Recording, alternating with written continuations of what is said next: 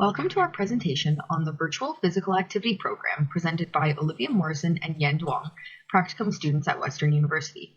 This work represents our partnership with Dr. Swati Mehta's Rehabilitation Psychology Lab and Dr. Dalton Wolf's Research to Practice team at Parkwood Institute.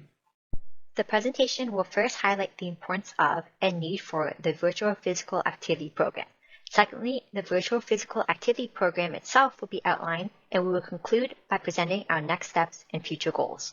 The overall mission of the partnership for this project is to integrate educational opportunities for us as students with clinical practice and research to ultimately improve patient outcomes.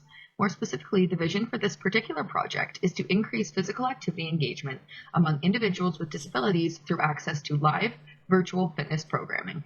In-person adapted exercise opportunities can be largely inaccessible to individuals with disabilities, creating significant barriers to physical activity engagement. Virtual physical activity programming is one way to increase accessibility and create more opportunities for individuals with disabilities to participate in physical activity, which can help prevent secondary conditions, enhance functional abilities, and increase quality of life. The Virtual Physical Activity Program was developed to provide adapted fitness opportunities for people with disabilities following the closure in March 2020 of the Parkwood Fitness Center and other fitness facilities because of COVID-19 restrictions. The need for more accessible physical activity options has always existed. However, COVID-19 restrictions provided an effective catalyst to set initiatives such as this into motion. The Tele-Rehab Toolkit, developed by Toronto Rehab, is a guiding framework designed to improve access to rehabilitation through tele-rehab and was used to inform the development of the current research study in virtual physical activity programming. Given the need for an alternative format through which to provide adapted exercise classes due to COVID-19 restrictions and other accessibility issues, virtual platforms were explored and deemed effective in meeting this need. Their efficacy is also demonstrated through the preliminary successes observed in the current research study and virtual physical activity program. The goal of the current research study is to improve activity engagement among persons with spinal cord injuries during COVID-19 and to assess the feasibility, acceptability, and efficacy of virtual exercise classes. The first two sessions of the program involved participation in 45-minute exercise classes twice a week and provided participants the opportunity to socialize together at the end of classes. Overall, preliminary results from the first two sessions show that both feasibility outcomes as well as psychosocial outcomes of the program were positive. Additionally, positive feedback from participants was received, and the participants in the second session continued to meet virtually to engage in exercise classes independently. A second 10-week iteration of the program will commence shortly and involve 3 different class options: boxercise, seated aerobics, and seated yoga.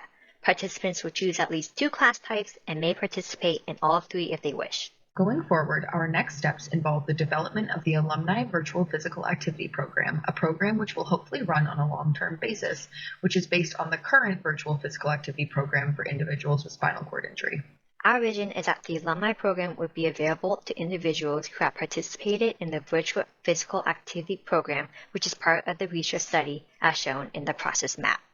The program will provide participants access to long-term participation in the program's virtual exercise classes with the addition of components designed to create a more comprehensive and holistic program to improve the overall health and well-being of participants. We also intend to make the program available to other populations living with disability beyond the spinal cord community and research. Our immediate next steps for the program development involve establishing the virtual model of the Alumni program and determining how the program can then further be delivered to persons with any mobility impairments. We hope to incorporate program components such as educational opportunities regarding topics such as nutrition, self-management, injury-related lifestyle tips, and cognitive behavioral therapy, in addition to facilitating socialization opportunities for the participants. Longer term, the program could evolve into a hybrid model including both virtual and in-person components. However, this will largely depend on the COVID-19 restrictions. This process map provides significant details regarding the Alumni program. However, the most important components of the map will be highlighted in the purple stars. The first major component of the process is that the participant completes the 10-week structured exercise programming and decides to join the Alumni program to continue exercising. The participant then completes the standardized registration process involving goal determination and pre-psychosocial measures. Once registration is complete, The participants will engage in ongoing programming, incorporating exercise sessions, educational classes, peer connection opportunities, and CBT courses. This stage will also involve completion of process evaluations conducted through monthly surveys.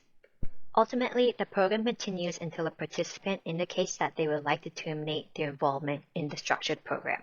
Additionally, we hope that our virtual programming aspects can be further integrated and implemented into the developing programs in activity, mobility, and fitness here at Parkwood moving forward. Thank you for listening to our presentation. Please feel free to pose any questions you may have regarding the project. We will be more than happy to answer them.